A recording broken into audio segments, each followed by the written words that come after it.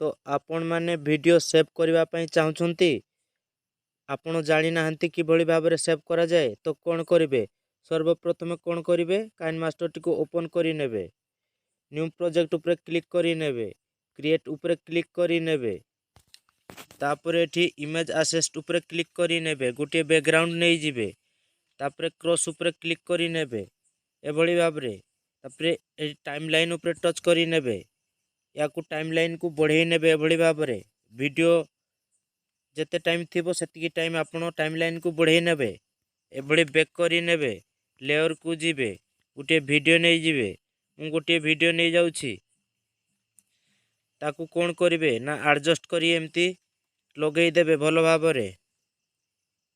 तापर कोन करिवे एमती क्रॉप करि नेबे आपण जेमिति वीडियो एडिटिंग करंती आपण को हिसाब रे आपण करि नेबे मु याकू एमती भाबरे लगेई देली आपण चाहिले मोबाइल पीएनजी दे लगेई पारिबे काहे कि ना सुंदर देखा जिबा पई तो तापर कोन करिवे एठी देखंतु वीडियो ऊपर टच करि नेबे एठी कोन करिवे